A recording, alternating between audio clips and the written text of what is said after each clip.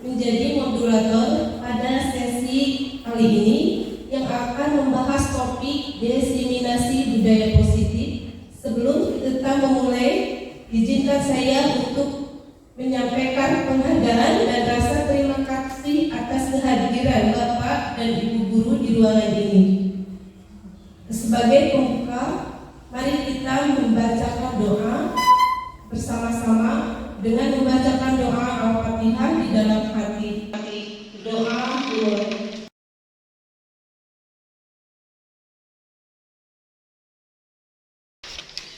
Berdoa selesai. Adapun untuk rangkaian acara kita hari ini dari doa sebagai pembuka, yang kedua sambutan dari Bapak Kepala Sekolah SDN Corenda, yang ketiga penyampaian materi dari CGP, dan yang keempat penutup. Untuk selanjutnya sambutan dari Bapak Kepala Sekolah kami persilakan.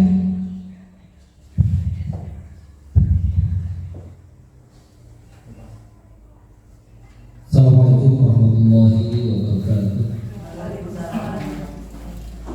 Alhamdulillah, syukurillah, la haula wa la quwwata illa billah, la ilaha illallah, anna muhammadan abduhu wa rasuluh. Allahumma shalli ala sayyidina Muhammad wa ala ali sayyidina Muhammad. Inna ba'dahu idza arada syai'an an yaqula lahu kun fayakun. Pertama, marilah kita mengucap syukur Allah Subhanahu wa taala. Alhamdulillah yang irodat dengan kekuasaannya, dengan anugerahnya hari ini tanggal 20 bulan Agustus kita dapat berkumpul dalam acara diseminasi budaya positif di sekolah. Dan insya Allah nanti akan disampaikan oleh ibunda kita, Ibu Nofis Ilahi. Mudah-mudahan intinya dalam kesempatan ini ada dalam lindungan Allah Subhanahu wa taala. Amin.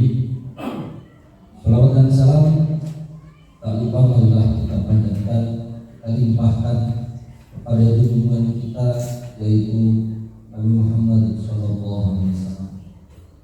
Karena Nabi Muhammad telah merubah umatnya dari zaman jahiliyah, dari zaman kebodohan sampai zaman serba ilmiah, dari zaman punten-punten dari kotak ilmuwan sampai zaman TikTok di kamar-kamar. Ini harus merubah. Rasa syukur Allah Subhanahu wa taala mungkin salah satu kenapa sekarang berubah, di antaranya mungkin karena ayat yang diturunkan oleh Allah surat Al-Alaq, Iqra bismi rabbikal ladzi khalaq. Jadi Nabi Muhammad menyuruh umatnya untuk selalu membaca. Dengan membaca, insya Allah akan ada perubahan, baik pemikiran atau minimal bertambah ilmu.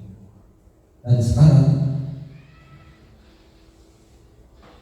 kita akan menyaksikan penyampaian. Berarti maksudnya calon guru penggerak angkatan 11, yaitu dengan intinya kita doakan bersama-sama, mudah-mudahan yang tadinya calon nanti mah jangan bercalon, jadi langsung menjadi guru penggerak Anusah benar-benarnya. Dan yang belum masuk dalam angkatan berikutnya, mudah-mudahan nanti kita tinggal giliran kita. Ini jadi momen pengalaman untuk kita semua.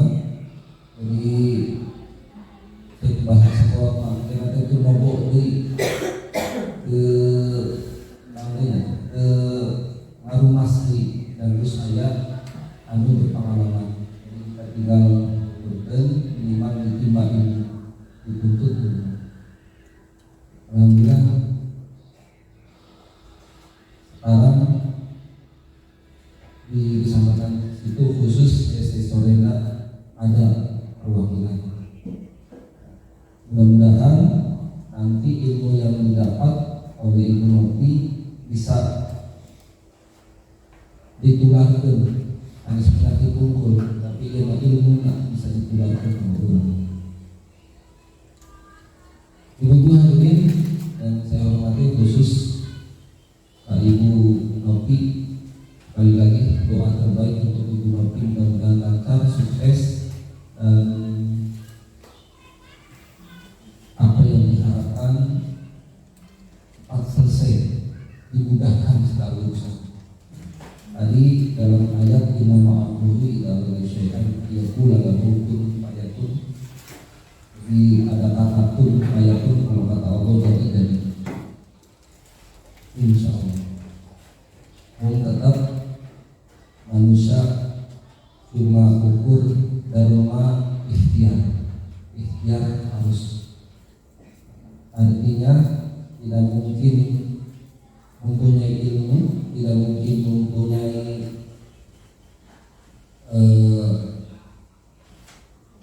ilmu yang tidak akan disampaikan kecuali kita ingin belajar atau mencari. Mungkin itu saja. Terima kasih. Mohon maaf. Bila taufiq wal hidayah. Assalamualaikum warahmatullahi wabarakatuh.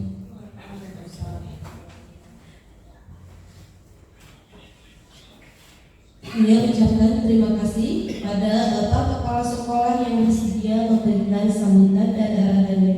Semoga apa yang disampaikan beliau menjadi motivasi untuk diri kita sendiri supaya menjadi pribadi yang lebih baik.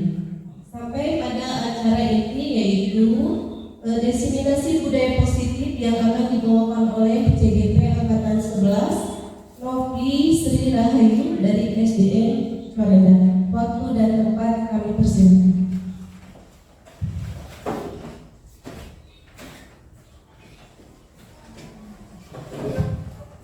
Bismillahirrahmanirrahim.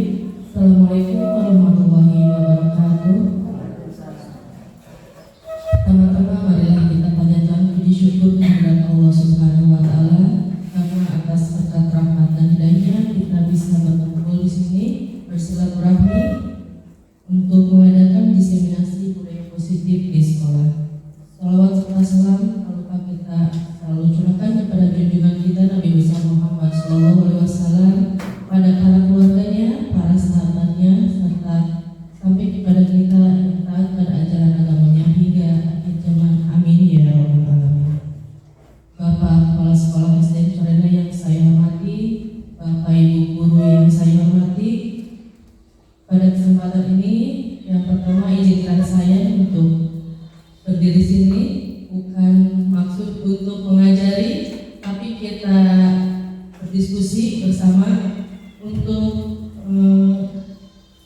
sharing ya tentang materi budaya positif yang telah saya dapatkan melalui program CGP, yang semoga acara ini nantinya bisa bermanfaat khususnya di lingkungan sekolah kita. Mari kita mulai saja ya Bapak Ibu, diseminasi budaya positif di sekolah.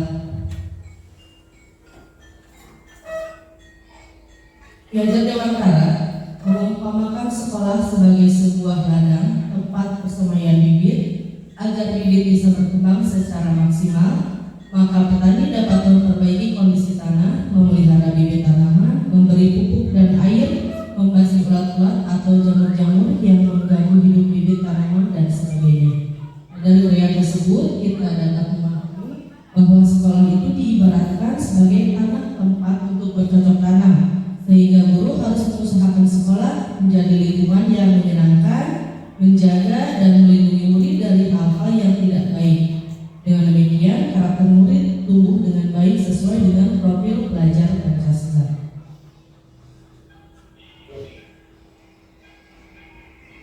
Tentang budaya positif, saya punya pertanyaan sebelumnya, apa itu budaya positif? Barangkali Bapak Ibu sini sudah ada yang mengetahui apa itu budaya positif.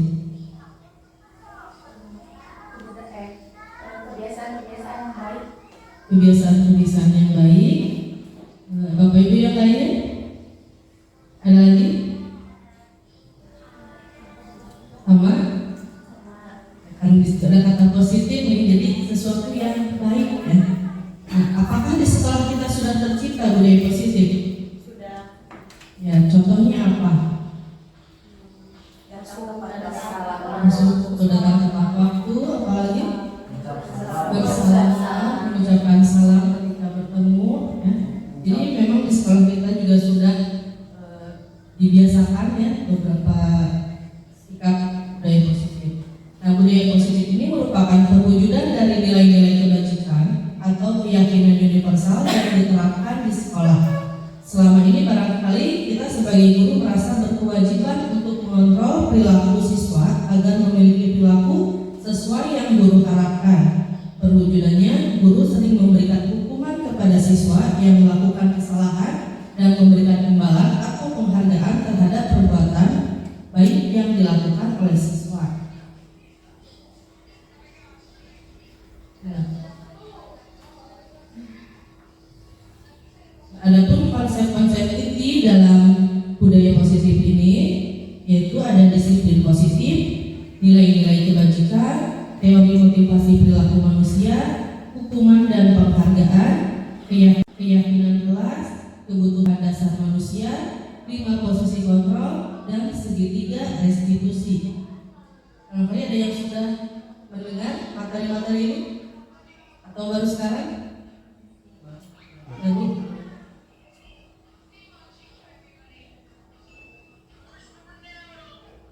Kita mulai materi yang pertama yaitu disiplin positif. Nah, ketika kita mendengar kata disiplin, apa yang pertama kali terbayang di atau terlintas di pikiran Bapak ini? Aturan, tata tertib, hukuman. Jadi identik kata disiplin itu dengan kata-kata tersebut ya. Nah, kata disiplin ini berasal dari bahasa Latin disiplina yang artinya belajar. Kebanyakan orang akan menghubungkan kata disiplin dengan tata tertib, teratur. Nanti yang tadi Ibu Bapak bilang itu sudah sesuai ya. Dan kepatuhan pada peraturan. Kata disiplin juga sering dihubungkan dengan hukuman. Padahal itu sungguh berbeda. Karena belajar tentang disiplin positif tidak harus dengan memberi hukuman. Justru itu adalah salah satu alternatif terakhir dan kalau bisa jangan sampai dilakukan. Murid yang memiliki disiplin positif akan memiliki motivasi internal yang tinggi dalam menguasai diri untuk melakukan tindakan yang sesuai dengan nilai-nilai kebajikan universal. Nah, materi yang kedua, nilai-nilai kebajikan universal. Apa sih itu nilai-nilai kebajikan? Nilai-nilai kebajikan adalah sifat-sifat positif manusia yang merupakan tujuan mulia yang ingin dicapai setiap individu. Nilai-nilai tersebut bersifat universal dan lintas bahasa, suku bangsa, agama maupun latar belakang. Setiap perilaku atau perbuatan manusia memiliki suatu tujuan. Dengan mengaitkan nilai-nilai kebajikan yang diyakini oleh seseorang, maka motivasi intrinsiknya akan terbangun, menggerakkan motivasi dari dalam untuk dapat mencapai tujuan mulia yang diinginkan. Ini menurut Dayin Gosen. Nah, contoh-contoh nilai kebajikan yang ada pada institusi atau organisasi ya, ada keterusangan, keberanian, kebahagiaan, tanggung jawab, kebersihan, kesantunan, keadilan, pengabdian, komitmen, kreatif, dan sebagainya. Nah, kemudian contoh nilai kebajikan yang ada pada profil pelajar Pancasila. Kita semua di sini pasti sudah tahu ya. Dalam profil pelajar Pancasila itu ada berapa dimensi? 6, yaitu beriman, bertakwa kepada Tuhan Yang Maha Esa dan berakhlak mulia, kemudian mandiri,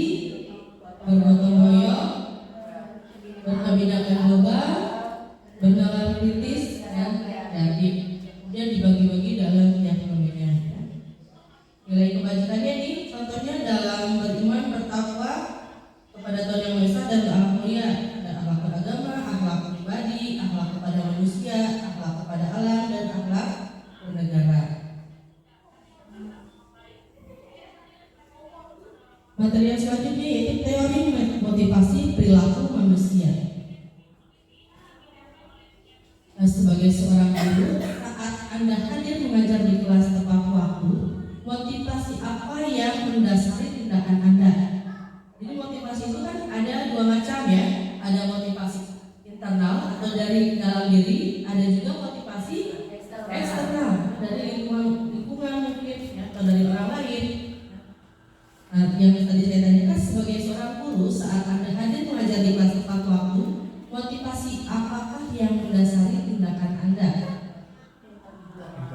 Apakah Anda datang tepat waktu karena tidak ingin ditegur oleh atasan Anda dan kemudian mendapat surat peringatan? Ya.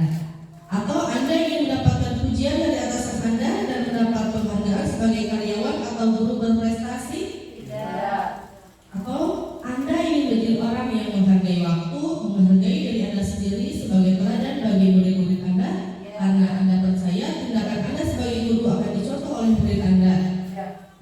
Jadi yang keberapa? Yang ketiga. Alhamdulillah. Jadi ibu bapak semua sudah punya motivasi internal, ya, motivasi dari dalam diri sendiri. Nah, menurut Ian Gosson, teori motivasi perilaku manusia itu ada 3. Yang pertama, untuk menghindari ketidaknyamanan atau hukuman. Jadi motivasinya apa sih yang akan terjadi apabila saya tidak melakukannya? Yang kedua, untuk mendapat imbalan dari orang lain atau institusi. Apa yang akan saya dapatkan apabila saya melakukannya? Dan yang ketiga, untuk menghargai diri sendiri. Saya akan menjadi orang yang seperti apa bila saya melakukannya. Silakan dilihat kalimatnya. Yang pertama, untuk menghindari ketidaknyamanan atau hukuman, itu termasuknya motivasi internal atau eksternal. Eksternal. Yang kedua, untuk mendapatkan imbalan dari orang lain atau institusi. Eksternal. Yang ketiga, untuk menghargai diri sendiri. Internal. Ya, berarti Bapak Ibu sudah paham ya? Mana yang termasuk motivasi eksternal, mana yang termasuk motivasi internal. Nah, motivasi internal ini yaitu adalah salah satu dari tujuan disiplin positif. Hukuman, konsekuensi, dan restitusi. Nah, di sini ada batasan-batasannya, mana yang disebut dengan identitas gagal, mana yang disebut dengan identitas sukses. Dan di identitas gagal ini identik dengan hukuman. Kalau identitas sukses yaitu konsekuensi dan restitusi. Dalam identitas gagal, hukumannya itu sesuatu yang menyakitkan harus terjadi. Kalau dalam konsekuensi, sesuatu harus terjadi. Sedangkan dalam restitusi itu merupakan sebuah pilihan. Kemudian tidak nyaman, kalau dalam hukuman tidak nyaman untuk murid atau anak untuk jangka waktu panjang. Sedangkan dalam konsekuensi tidak nyaman untuk murid atau anak untuk jangka waktu pendek. Sedangkan dalam restitusi menguatkan untuk murid atau anak dalam jangka waktu panjang. Kemudian dalam hukuman, korban mendapatkan keadilan. Jadi kan kalau di hukum itu kita membela si korban ya, kan pelaku. Dalam konsekuensi, korban bisa diabaikan.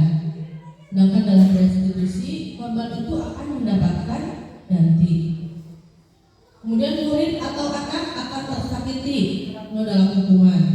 Kalau dalam konsekuensi, penguatan hanya bertahan dalam jangka waktu pendek. Dalam restitusi, masalah akan terpecahkan.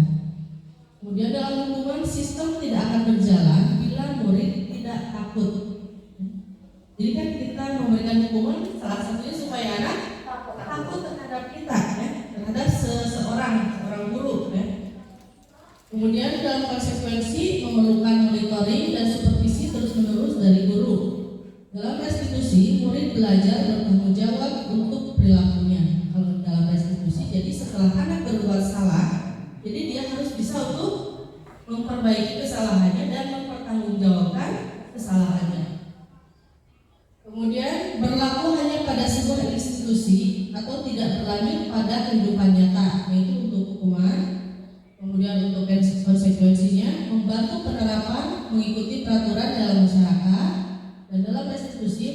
pada pemecahan masalah dalam jangka waktu panjang.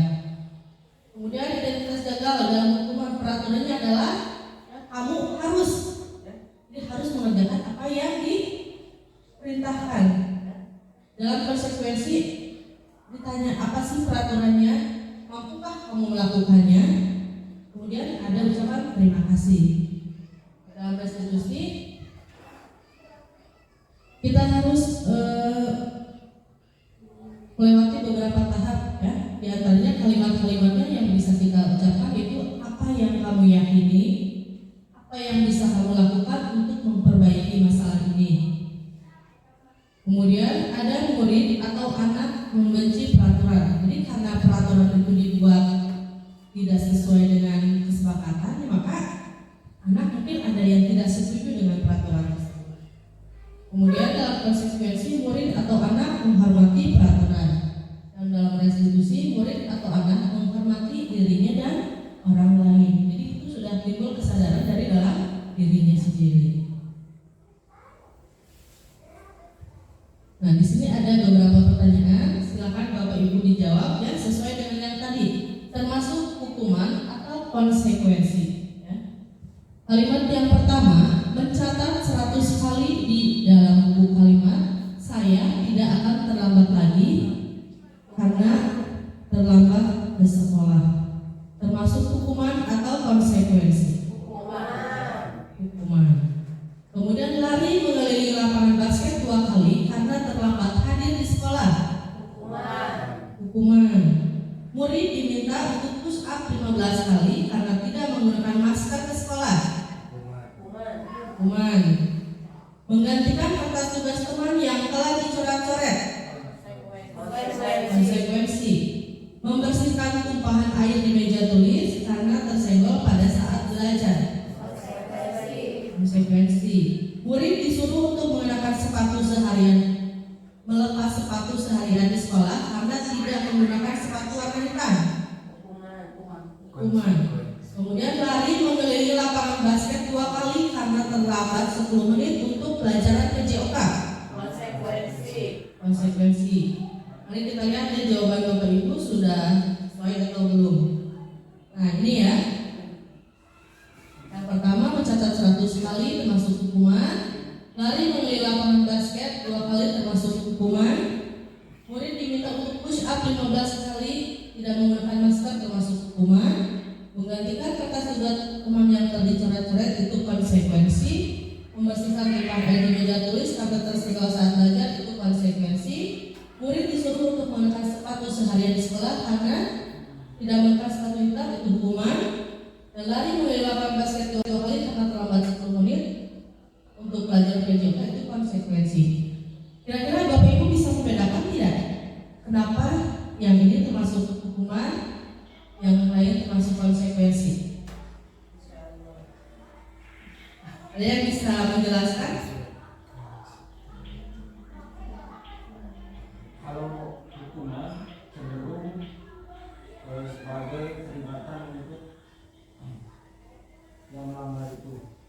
Ya. Kalau konsekuensi adalah kesepakatan aturan kesepakatan bersama waktu sebelum di aturan itu dibuat.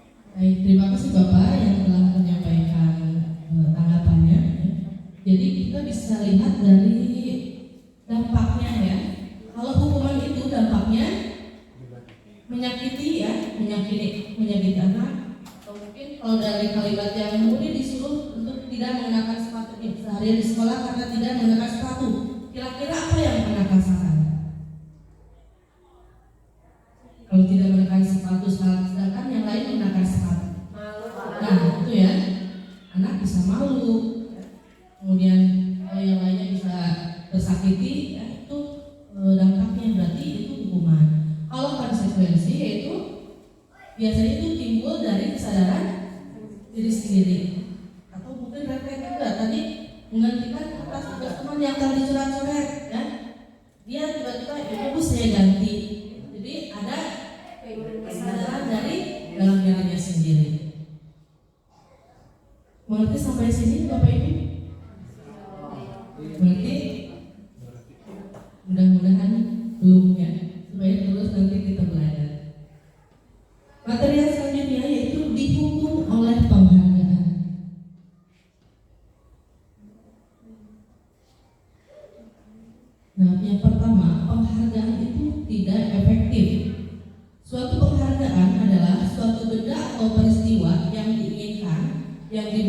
persyaratan hanya jika Anda melakukan hal ini, maka Anda akan mendapatkan penghargaan yang diinginkan. Betul? Kita akan mendapatkan penghargaan setelah kita melakukan sesuatu.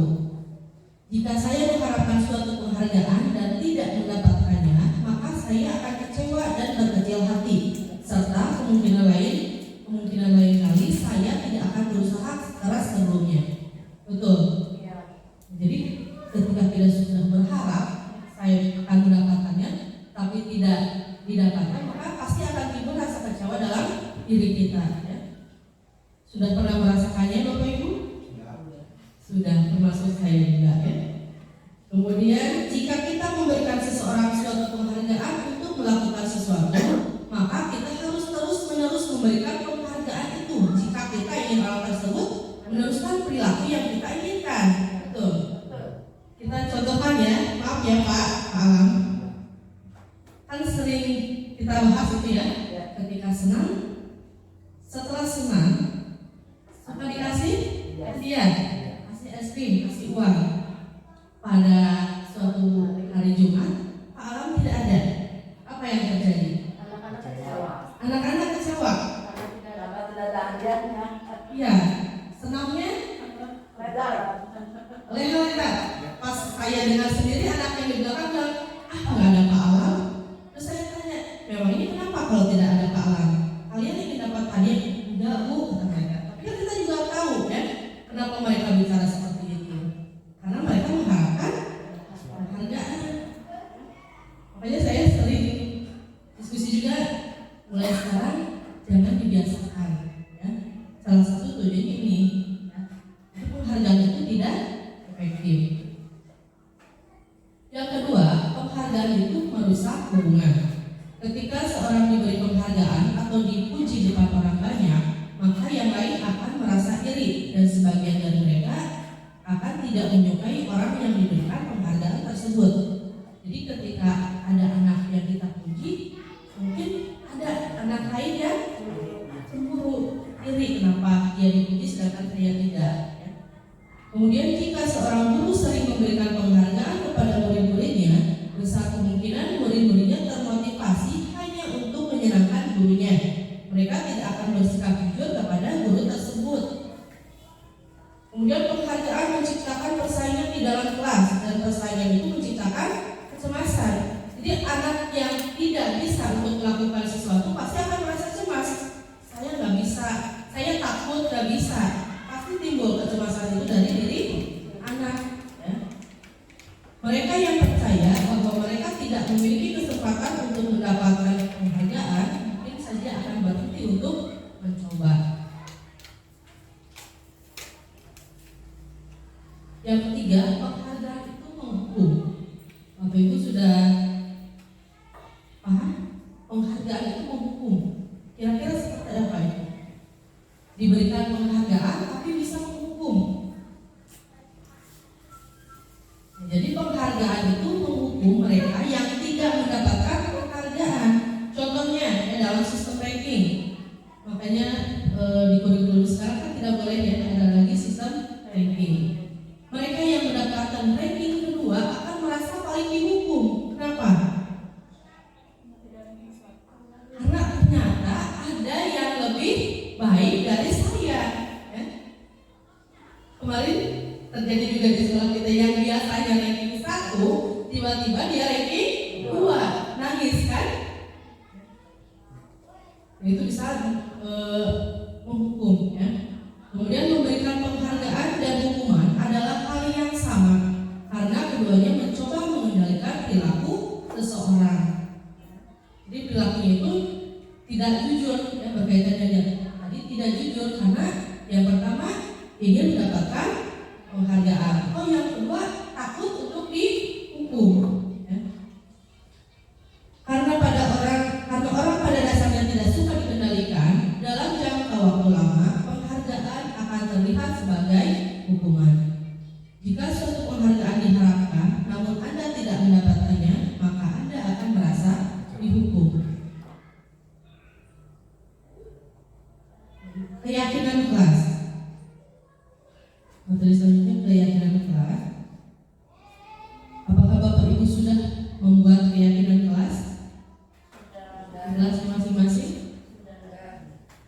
ada keyakinan kelas atau yang sudah kita buat itu namanya kesepakatan kelas.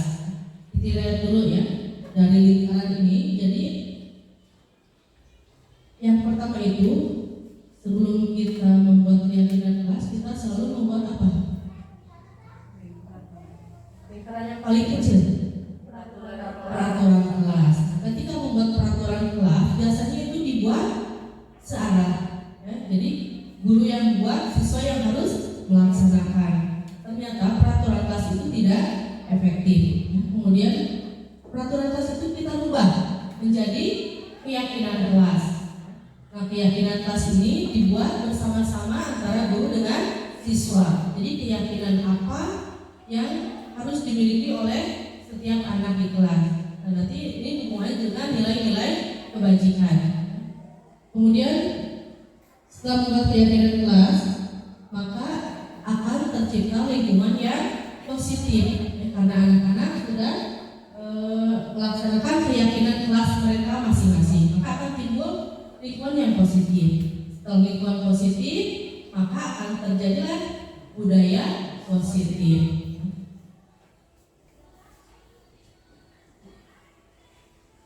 Untuk yang selanjutnya, nah mengapa keyakinan kelas? Kenapa tidak peraturan kelas saja? kalau keyakinan kelas itu kesepakatan kemauan murid. Kalau peraturan itu dibuat oleh guru. Ya, terima kasih Bu jawabannya. Jadi katanya kalau keyakinan kelas itu kan sudah disepakati bersama, sedangkan peraturan itu hanya dibuat oleh guru saja. Nah, keyakinan kelas berbeda dengan peraturan kelas yang ditetapkan secara sepihak atau searah tanpa melibatkan siswa dalam penyusunan peraturan tersebut. Lain halnya dengan keyakinan kelas yang disusun oleh semua pihak. Siswa dilibatkan dalam penyusunan keyakinan kelas. Keyakinan kelas memuat berbagai nilai-nilai kebajikan seperti empati, tanggung jawab, sikap saling menghormati, disiplin, dan lain sebagainya. Nah, nilai kebajikan itu disepakati dulu dan kemudian dilaksanakan oleh semua pihak dengan penuh rasa kesadaran. Nah, mengapa kita memiliki peraturan tentang penggunaan helm saat mengendarai sepeda motor?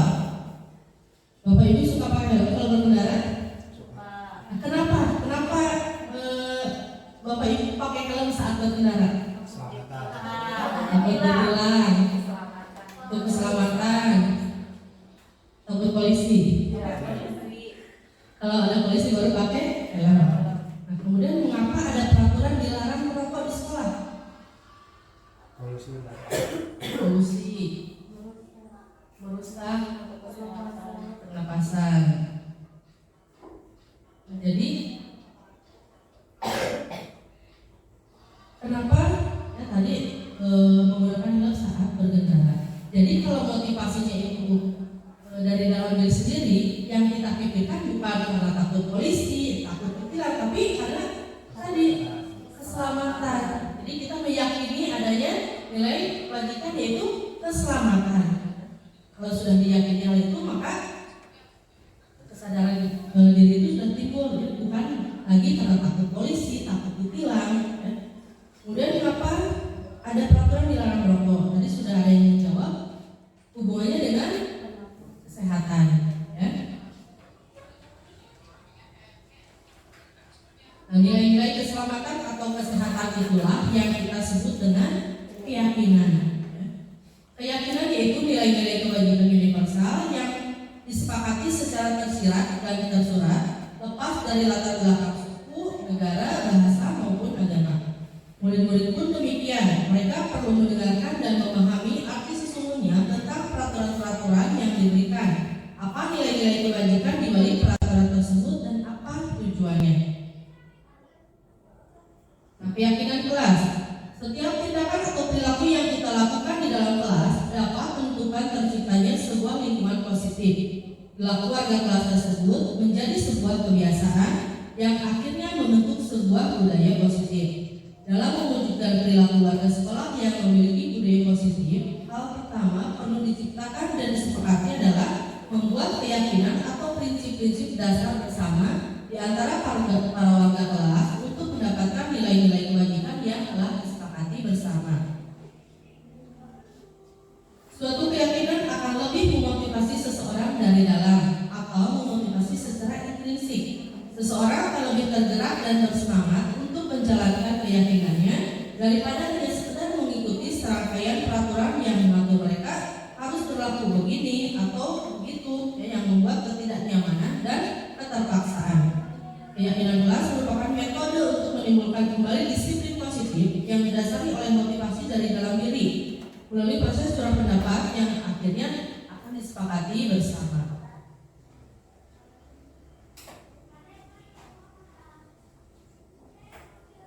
Silakan dicermati dulu kalimat berikut ini ya. Nanti Bapak Ibu silakan menjawab nilai kebajikan yang dituju. Tadi contohnya sudah ya. Kalau di institusi ada nilai kebajikan apa saja, di sekolah melalui profil pelajar Pancasila ada nilai kebajikan apa. Peraturannya yang pertama, kembalikan barang ke tempatnya. Nah, kira-kira nilai kebajikan yang dituju itu apa? Tanggung jawab. Yang kedua, dilarang mengganggu orang lain. Nilai kebajikannya apa? Menghormati. Hadir di sekolah 15 menit sebelum pembelajaran dimulai. Tanggung jawab. Komitmen. Dilarang melakukan kekerasan. Kira-kira berhubungan dengan kekerasan apa nilainya? Yang harus diyakininya keselamatan. Kemudian dilarang menggunakan narkoba. Kesehatan. Bergantian atau menunggu giliran.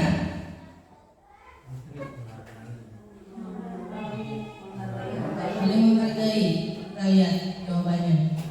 Ini ya. Kembalikan barang ke tempatnya. Nilai kebajikan yang ditujunya adalah tanggung jawab.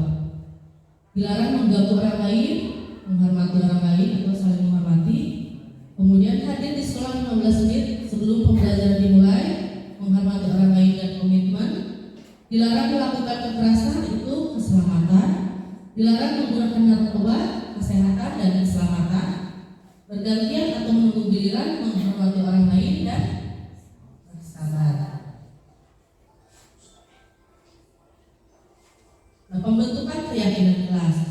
Untuk membentuk keyakinan kelas, kita harus lihat dulu batasan-batasannya. Yang pertama, keyakinan kelas itu bersifat abstrak, kemudian berupa pernyataan yang universal, dibuat dalam pernyataan positif. Ini maksud positif ini kalimatnya harus kalimat-kalimat yang positif. Kalau misalkan tadinya dilarang membuang sampah, nah diganti kalimat dilarangnya itu menjadi kalimat yang positif. Ya. Kemudian sedikit saja agar mudah diingat. Jadi kata-katanya itu tidak usah terlalu panjang, ya. Singkat, padat, jelas. Kemudian sesuai dengan kondisi kelas atau sekolah sehingga mudah diterapkan. Semua warga kelas dilibatkan dalam membuat keyakinan kelas. Jadi semua siswa harus ikut terlibat ketika membuat keyakinan kelas ini. Ini contoh keyakinan kelas. Ya. Yang saya contohkan di sini ada nilai kebajikannya yaitu hormat, tanggung jawab, gotong royong, dan peduli. Nah, setelah kita tentukan nilai kebajikannya, kita bisa membuat variabel T. Ya. Variabel T ini karena ini bentuknya seperti huruf T. Ya. Nah, dalam variabel T ini ada tampak seperti atau tidak tampak seperti. Yang tampak sepertinya yaitu tampak seperti menghargai orang lain, ya. Saling menolong, berbicara dengan sopan, menyapa dan menghormati guru serta teman, meminta izin ketika menggunakan barang orang lain, mengucapkan maaf, tolong-menolong dan terima kasih.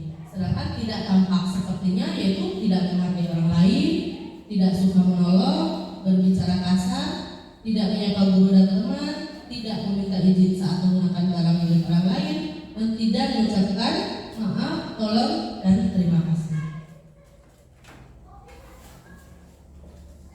Berikutnya ada variabel Y. Sebut variabelnya karena ada bentuk seperti huruf Y. Dalam variabel Y ini ada yaitu terdengar, terlihat, dan berperilaku. Dalam terdengar, misalkan dalam kerja kelompok, jadi kita mendengar murid-murid kita berkata seperti ini contohnya. Mari kita bekerja sama dalam kelompok.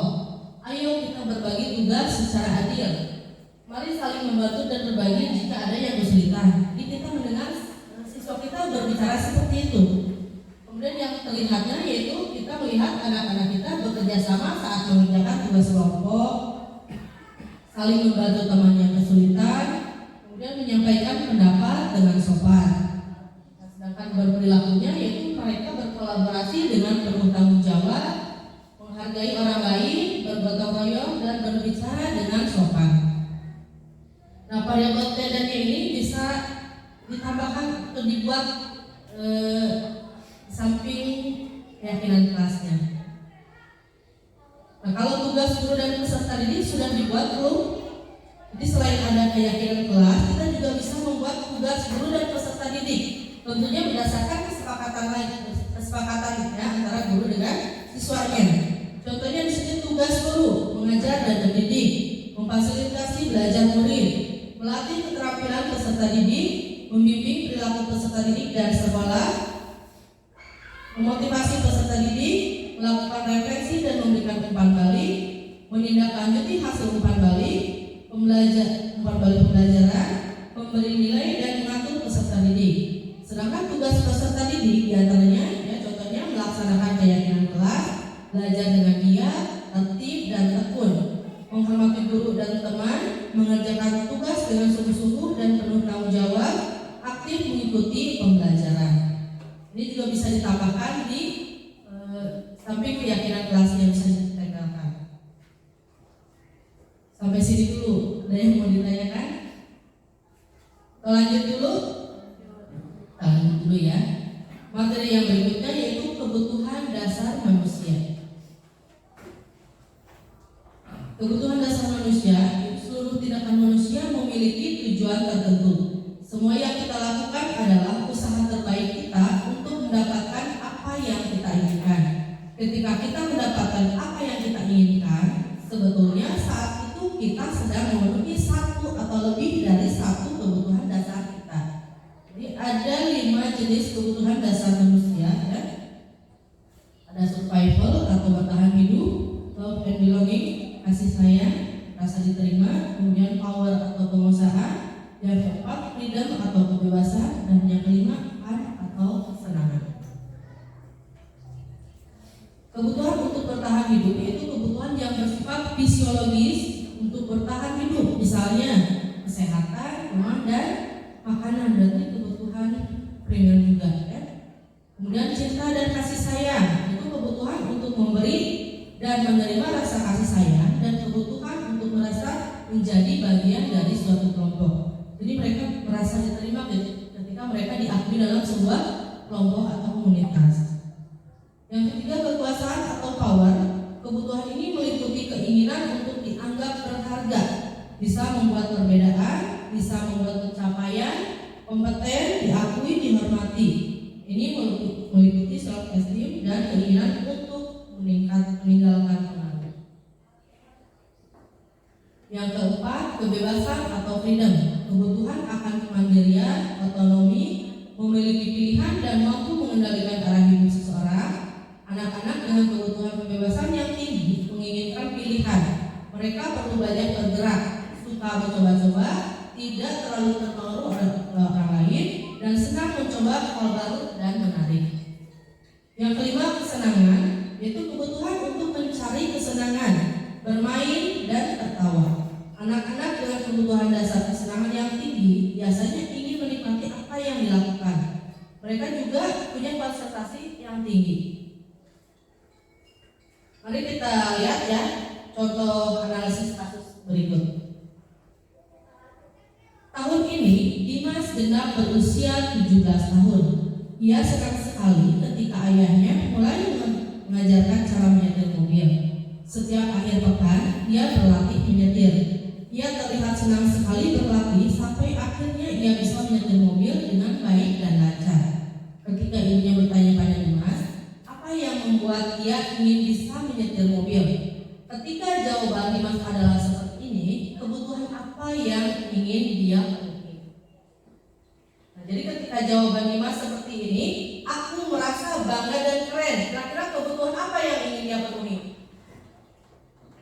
Dari yang 5 tadi, dari 5 kebutuhan dasar tadi, yang dia ingin penuhi yang mana? Penguasaan. Yang kedua, jika jawaban Dimas, biar bisa jalan-jalan naik mobil sama temanku. Kebutuhannya? Kasih sayang. Yang ketiga, menyetir mobil itu seru. Kebutuhannya? Kesenangan. Kita lihat jawabannya.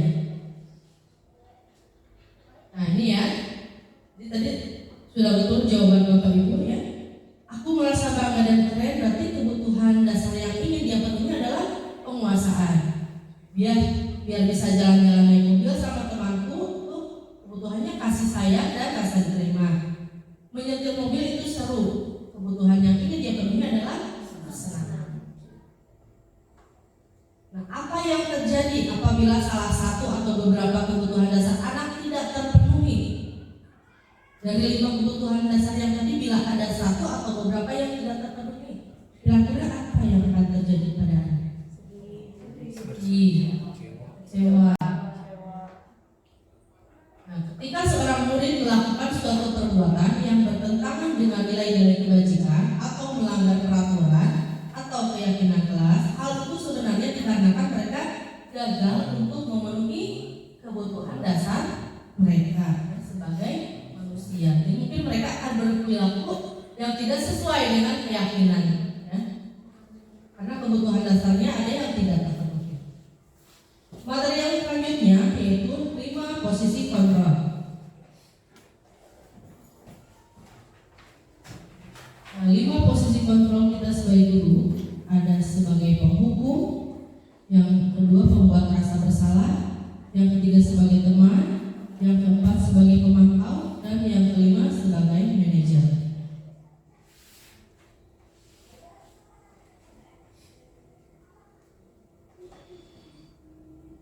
Untuk lebih jelasnya, kita akan saksikan dulu video berikut. Silakan dicermati baik-baik ya Bapak Ibu. Salam bahagia Ibu dan Bapak guru hebat. Dalam penerapan disiplin positif restitusi, salah satu program yang dikembangkan adalah 5 posisi kontrol. 5 posisi kontrol dalam restitusi adalah proses perjalanan seorang pendidik agar dapat mengenali dirinya. Pada video kali ini, kita akan membahas tentang 5 posisi kontrol yang dikembangkan oleh Dayat Lawson dan contoh penerapannya.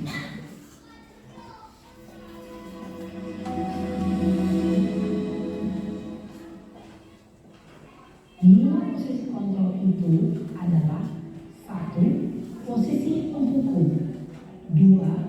Posisi pembuat rasa bersalah, 3. Posisi teman, 4. Posisi pemantau atau monitor, dan 5. Posisi manajer. Untuk lebih memahami kelima posisi tersebut, mari kita saksikan kasus Narem yang terlambat hadir 20 menit di sekolah dan melihat bagaimana kelima posisi kontrol dalam menghadapi masalah tersebut. Yang pertama, contoh videonya posisi penghukum.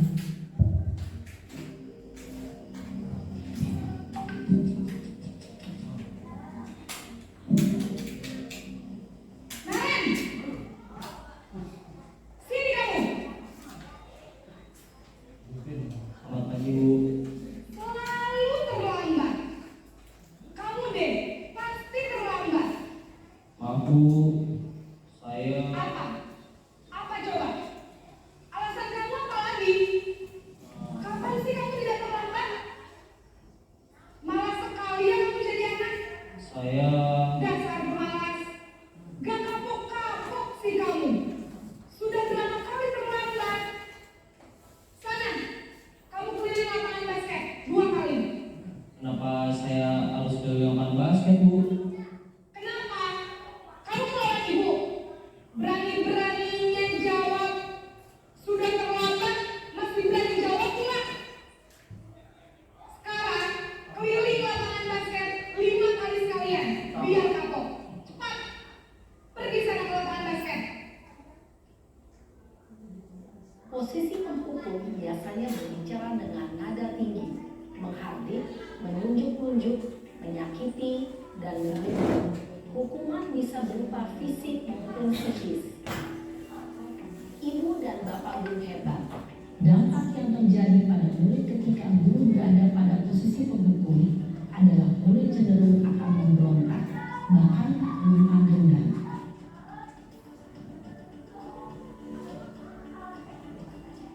Jadi yang kedua, posisi pembuat merasa bersalah.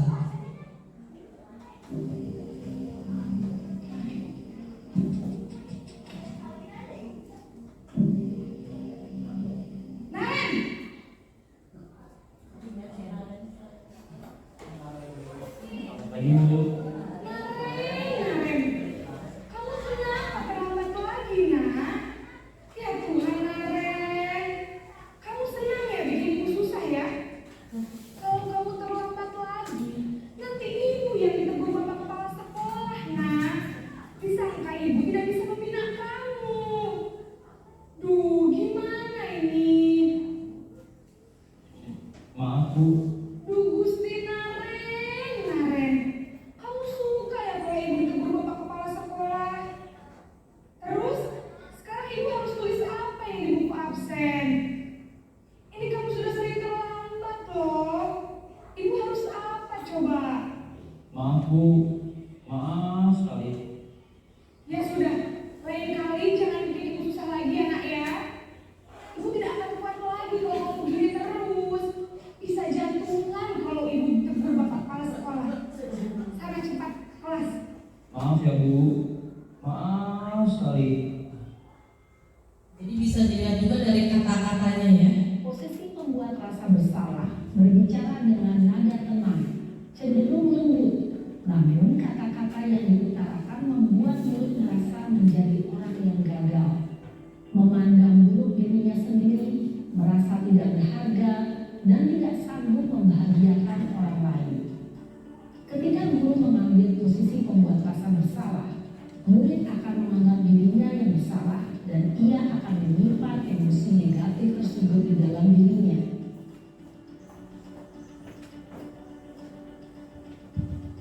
Dan berikutnya posisi sebagai teman.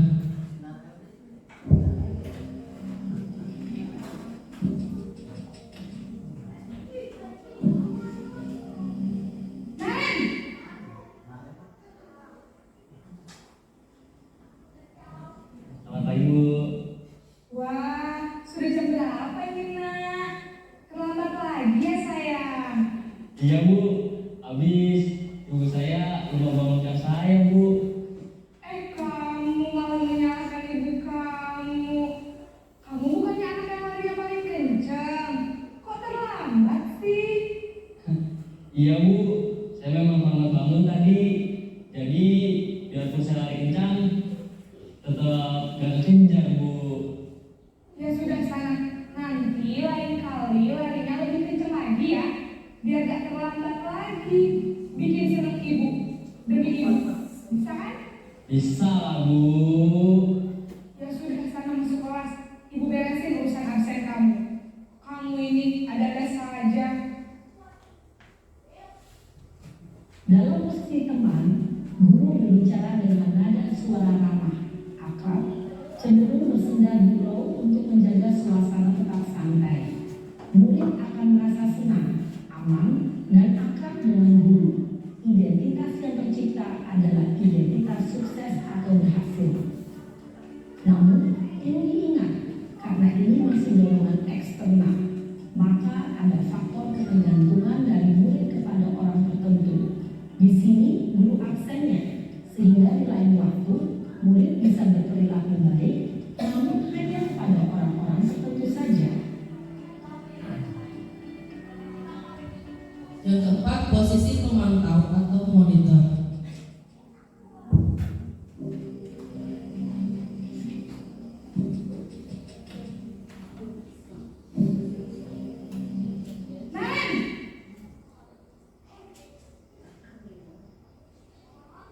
Selamat pagi Bu.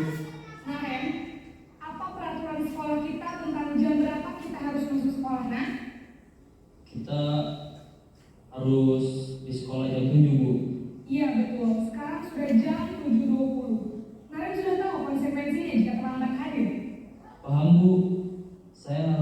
tinggal kelas pas jam istirahat selama 20 menit. Iya benar, konsekuensinya demikian.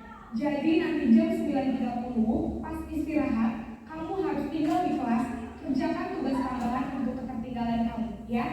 Baik Bu. Posisi pemantau mengandalkan penghitungan atau data untuk mengontrol murid. Guru mengarahkan murid berdasarkan peraturan dan konsekuensi. Seorang pemantau menunjukkan bahasa tubuh dan ekspresi wajah yang datar dan cenderung formal.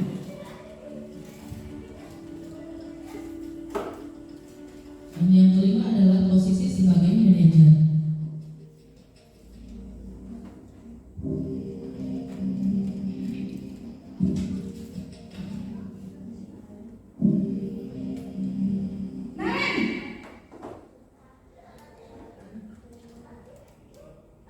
Selamat pagi Bu. Selamat pagi Naren. Maaf Bu, saya terlambat.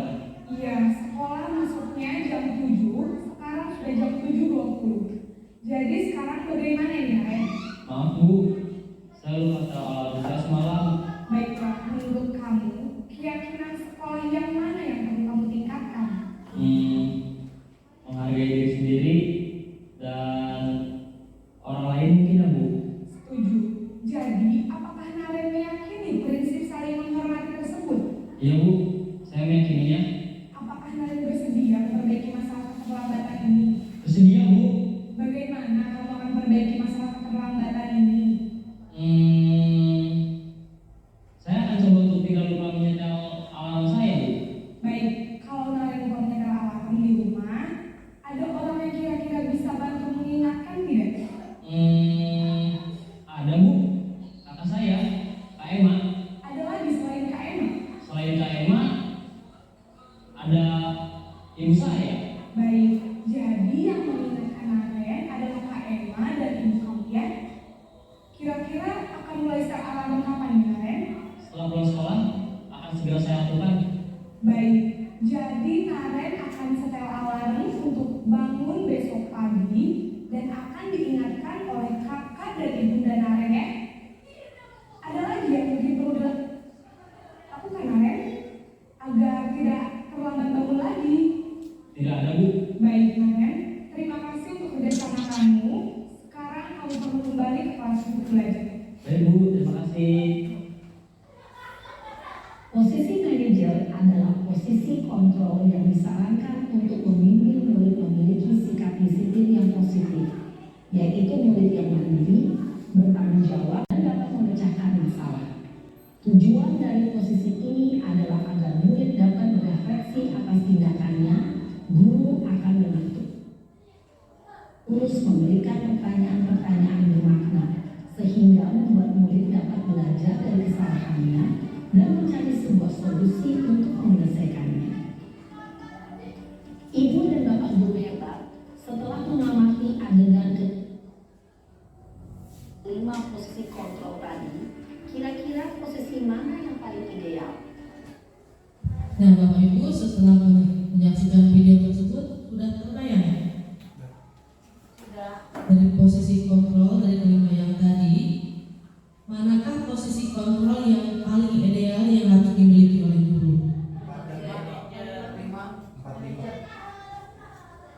4-5 berarti pemantau dan manajer.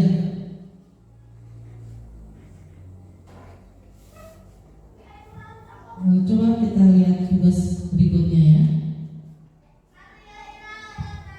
Dari kata-katanya tadi kan sudah ada terlihat ya. Nah saya kecewa sekali dengan kamu. Nah, ini siapa yang mengatakannya?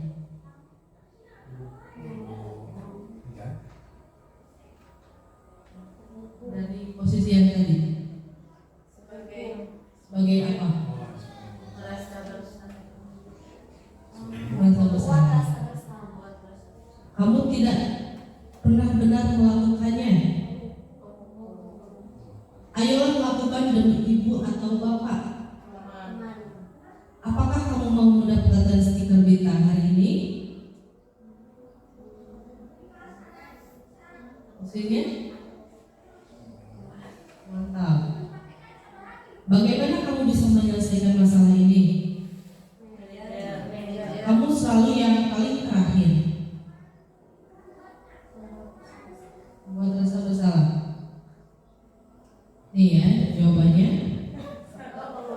Sudah betul? Saya kecewa sekali dengan kamu. Itu membuat orang merasa bersalah. Kamu tidak pernah benar melakukannya. Itu sebagai penghukum. Ayolah lakukan dengan ibu atau bapak. Itu sebagai teman. Apakah kamu mau mendapatkan stiker bintang hari ini? Posisinya sebagai pemantau. Bagaimana kamu bisa menyelesaikan masalah ini? Itu sebagai manajer. Kamu selalu yang paling terakhir. Itu adalah sebagai penghukum. Dari kelima, posisi kontrol tadi. Berada di posisi kontrol manakah bapak atau ibu sekarang? Membuat rasa bersalah. Yang lainnya? Ada yang sudah sampai ke manajer belum? Belum. Spontan, Bu. Nah, dari kelima posisi kontrol itu yang paling ideal adalah sebagai manajer. Jadi mari kita bersama-sama untuk berusaha ya untuk menerapkan posisi kontrol yang paling ideal yaitu sebagai manajer. Materi yang berikutnya masih ada ya Ibu? Mohon bersabar. Yaitu segitiga restitusi. Ada yang sudah pernah mendengar segitiga restitusi? Belum. Nah, restitusi adalah proses menciptakan kondisi bagi murid untuk memperbaiki kesalahan mereka sehingga mereka bisa kembali pada kelompok mereka dengan karakter yang lebih kuat. Segitiga restitusi adalah sebuah tahapan untuk memudahkan para guru dan orang tua dalam melakukan proses untuk menyiapkan anaknya melakukan restitusi. Nah ini ya yang dinamakan segitiga restitusi karena bentuknya seperti segitiga. Tahapannya yang pertama menstabilkan identitas, yang kedua validasi tindakan yang salah, yang ketiga menanyakan keyakinan. Nah, tahapan menstabilkan identitas, jadi kita semua akan melakukan hal yang terbaik yang bisa kita lakukan. Pada tahap validasi tindakan yang salah, semua perilaku itu memiliki alasan. Jadi kita menanyakan dulu kepada anak alasan kenapa si anak berbuat salah. Yang ketiga menanyakan keyakinan. Jadi kita tanyakan keyakinan apa yang sudah kita buat. Mereka meyakininya atau tidak. Nah ini memiliki motivasi dari dalam diri atau motivasi internal. Bagian dasar dari segitiga bertujuan untuk mengubah identitas anak dari orang yang gagal karena melakukan kesalahan menjadi orang yang sukses. Anak yang melanggar peraturan karena sedang mencari perhatian adalah anak yang sedang mengalami kegagalan. Dia mencoba untuk memenuhi kebutuhan dasarnya, namun ada benturan. Kalau kita mengkritik dia, maka kita akan tetap membuatnya dalam posisi gagal. Kalau kita ingin menjadi reflektif, maka kita harus meyakinkan si anak dengan cara mengatakan kalimat-kalimat seperti berikut ini. Berbuat salah itu tidak apa-apa. Tidak ada manusia yang sempurna. Saya juga pernah melakukan kesalahan seperti itu. Kita bisa menyelesaikan ini. Kamu berhak merasa begitu. Atau bapak ibu tidak tertarik mencari siapa yang salah, tapi kita akan mencari solusi dari masalah ini. Jadi kita jangan langsung menyalahkan anak. Menurut teori kontrol, semua tindakan manusia baik atau buruk pasti memiliki maksud atau tujuan tertentu. Seorang guru yang memahami teori kontrol pasti akan mengubah pandangannya dari teori stimulus respon ke cara berpikir proaktif yang mengenali tujuan dari setiap tindakan. Kita mungkin tidak suka sikap seorang anak yang terus-menerus merengek, tapi bila sikap itu mendapat perhatian kita, maka itu telah memenuhi kebutuhan anak tersebut. Kalimat-kalimat di bawah ini mungkin terdengar asing buat guru, namun bila dikatakan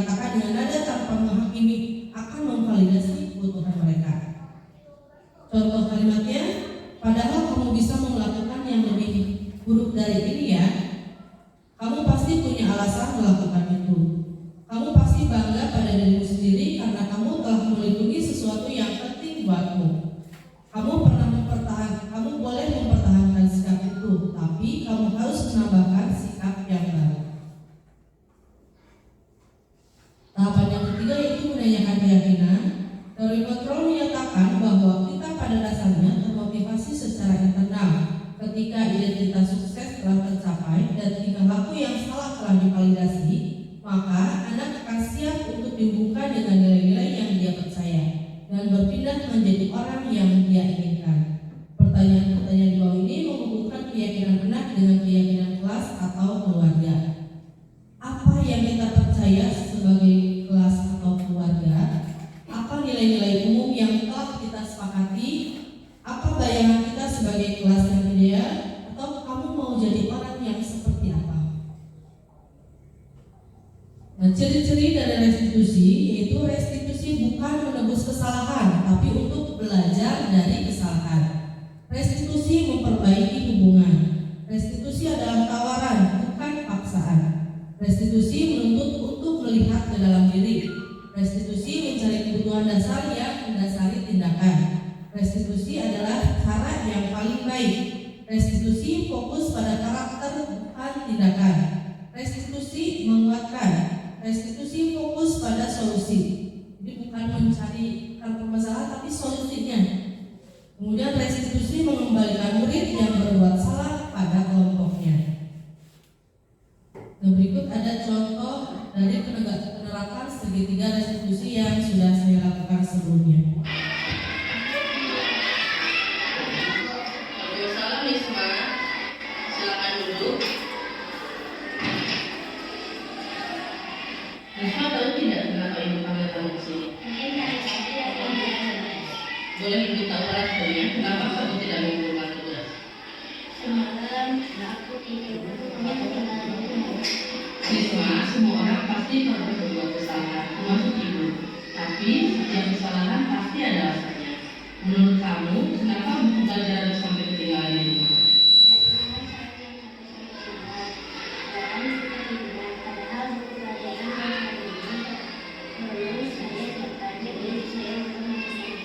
Apakah kamu masih ingat dengan keyakinan kelas kita?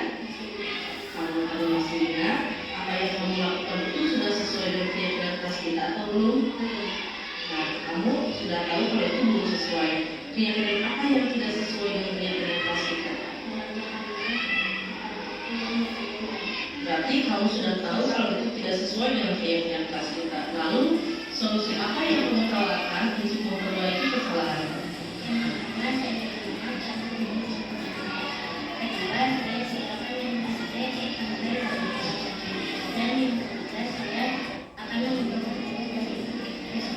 Baik, ibu bangga dengan tanggung jawabmu atas sekolah. Kamu sudah belajar, sekarang kamu boleh istirahat kembali.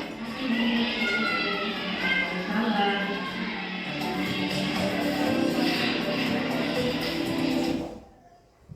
Nah, Bapak Ibu, sudah selesai apa yang saya paparkan mengenai budaya positif ini.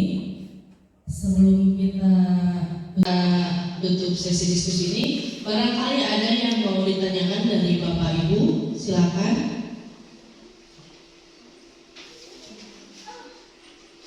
Ya, silakan. Silakan Ibu. Ibu Juli dulu, silakan. Saya mau bertanya, apakah semua kasus harus diselesaikan dengan segitiga restitusi? Apakah semua kasus itu harus diselesaikan dengan segitiga restitusi? Jadi pertanyaan ini sudah juga pernah saya dengar sebelumnya dari materi-materi kita waktu kolaborasi dengan instruktur. Jadi apakah semua kasus harus diselesaikan dengan segitiga restitusi? Jawabannya tidak. Tidak semua kasus bisa diselesaikan dengan segitiga restitusi. Contohnya, anak yang berbuat kriminal. Di kasus seperti itu tidak bisa diselesaikan dengan cara segitiga restitusi. Atau anak yang sedang emosi, anak yang sedang emosi tidak bisa kita bicara baik-baik ya. Jadi bisa tunggu anak itu untuk reda dulu emosinya. Ya. Bisa dipahami? Ya. Baik, terima kasih. Dan selanjutnya silakan Ibu Mary.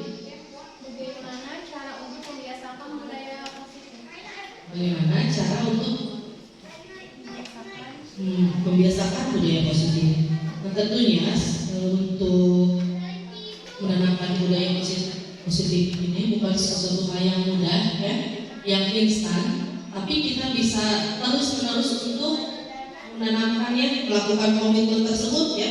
Jadi budaya positif ini akan terwujud dengan cara terus-menerus ya, komitmen tersebut dilakukan hingga akhirnya nanti suatu saat akan tercipta budaya positif tersebut. Jadi tidak akan bisa secara instan, tapi berproses, bertahap. Ada lagi? Ya, silakan Ibu. konsekuensi dan hukuman itu sama. Apakah konsekuensi dengan hukuman itu sama atau tidak? Kira-kira sama atau tidak, Bapak Ibu? Tidak ya. Kita bisa lihat dari dampaknya. Kalau hukuman itu dampaknya itu menyakiti si korban. Kalau konsekuensi itu lahir dari kesadaran diri. Contohnya tadi ya, kalau dihukum lari kan dampaknya anak akan capek ya. Disuruh buka sepatu, anak akan malu. Tapi kalau konsekuensi contohnya menumpahkan air ke buku temannya, dia akan secara spontan untuk menggantikannya, karena itu timbul dari kesadaran diri sendiri. Bisa dipahami Bapak Ibu? Baik, saya ucapkan terima kasih kepada Bapak Ibu semuanya yang telah berkenan untuk mengikuti acara ini. Untuk selanjutnya saya kembalikan kepada moderator.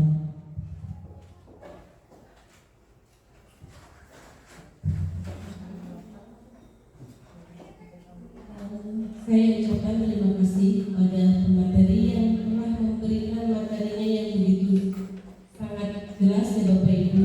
Semoga serangkaian acara tadi bisa kita terapkan di sekolah kita masing-masing.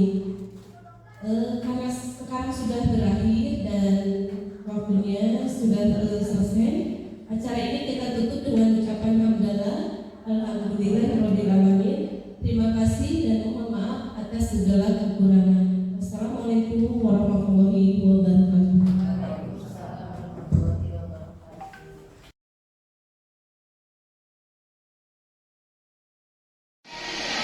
Assalamualaikum warahmatullahi wabarakatuh.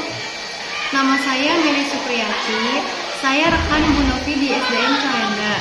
Menurut saya, dari apa yang sudah dipaparkan oleh Ibu Novi mengenai budaya positif itu sangat baik untuk diterapkan di sekolah, terutama mengenai disiplin positif.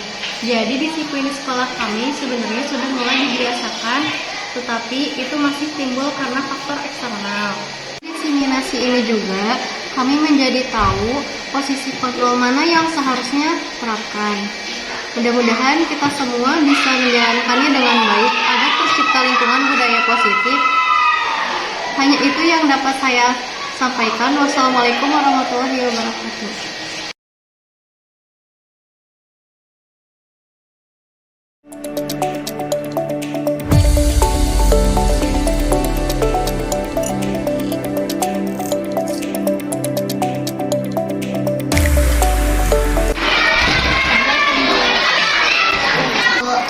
Waalaikumsalam Misma, silakan duduk.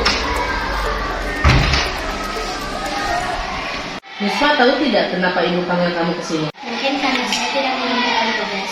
Boleh ibu tahu alasannya kenapa kamu tidak mengumpulkan tugas? Semalam aku tidur, bukunya ketinggalan di rumah. Misma, semua orang pasti pernah berbuat kesalahan, termasuk ibu. Tapi setiap kesalahan pasti ada alasannya. Menurut kamu, kenapa buku pelajaranmu sampai ketinggalan di rumah? Tadi malam saya main HP sampai malam dan ketiduran. Padahal buku pelajaran buat hari ini belum saya siapkan, jadi saya lupa masukkan. Apakah kamu masih ingat dengan keyakinan kelas kita? Masih Kalau kamu masih ingat, apa yang kamu lakukan itu sudah sesuai dengan keyakinan kelas kita atau belum? belum. Nah, kamu sudah tahu kalau itu belum sesuai. Keyakinan apa yang tidak sesuai dengan keyakinan kelas kita? Mengerjakan tugas tepat waktu dan bertanggung jawab. Berarti kamu sudah tahu kalau itu tidak sesuai dengan keyakinan kelas kita. Lalu, solusi apa yang kamu tawarkan untuk memperbaiki kesalahanmu? Yang pertama, saya minta maaf karena tidak mengumpulkan saya. Kedua, saya tidak akan main HP sampai masuk dalam negeri. Dan yang ketiga, saya akan mengumpulkan tugas dari itu besok. Baik, Ibu bangga dengan tanggung jawabmu atas kesalahanmu. Lakukan dengan baik ya. Sekarang kamu boleh istirahat kembali. Makasih Bu. Assalamualaikum. Salam.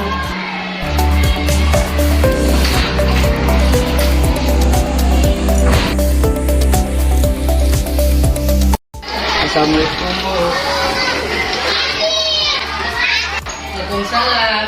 Silakan duduk Abil. Abil tahu tidak kenapa Ibu panggil kamu ke sini? Mungkin karena tadi saya terlambat. Betul sekali. Ternyata kamu anaknya cukup peka juga ya. Boleh Ibu tahu alasannya kenapa kamu datang terlambat? Karena saya bangunnya kesiangan Bu. Abil, semua orang pasti pernah berbuat kesalahan, termasuk Ibu. Tapi semua kesalahan pasti ada alasannya. Menurut kamu, kenapa kamu bisa bangun kesiangan? Tadi malam saya asyik main game sampai lupa waktu kalau sudah larut malam. Jadi saya tidurnya juga kemalaman.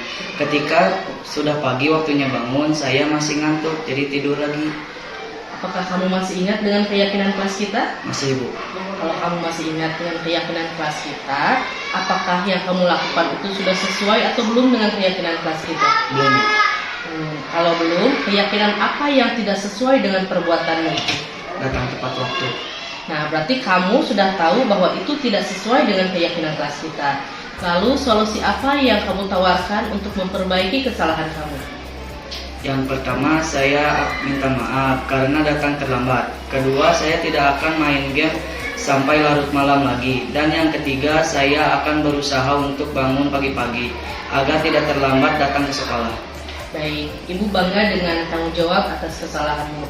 Lakukan dengan baik ya. Sekarang kamu boleh kembali istirahat. Baik Bu, terima kasih ya. Assalamualaikum. Sama-sama. Waalaikumsalam.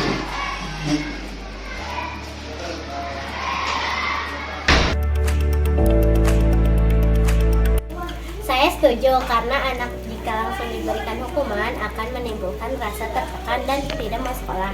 Dengan cara ini, kita diberikan kesempatan untuk memperbaiki kesalahan kita sendiri. Ya, saya setuju karena kalau dihukum langsung bisa membuat siswa trauma dan malu. Dengan cara ini kita bisa memperbaiki kesalahan dan tidak mengulangi kesalahan yang sama.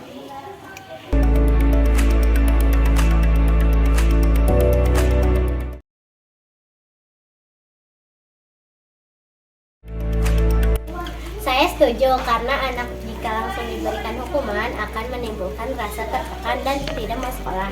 Dengan cara ini, kita diberikan kesempatan untuk memperbaiki kesalahan kita sendiri. Ya, saya setuju karena kalau dihukum langsung bisa membuat siswa trauma dan malu. Dengan cara ini kita bisa memperbaiki kesalahan dan tidak mengulangi kesalahan yang sama.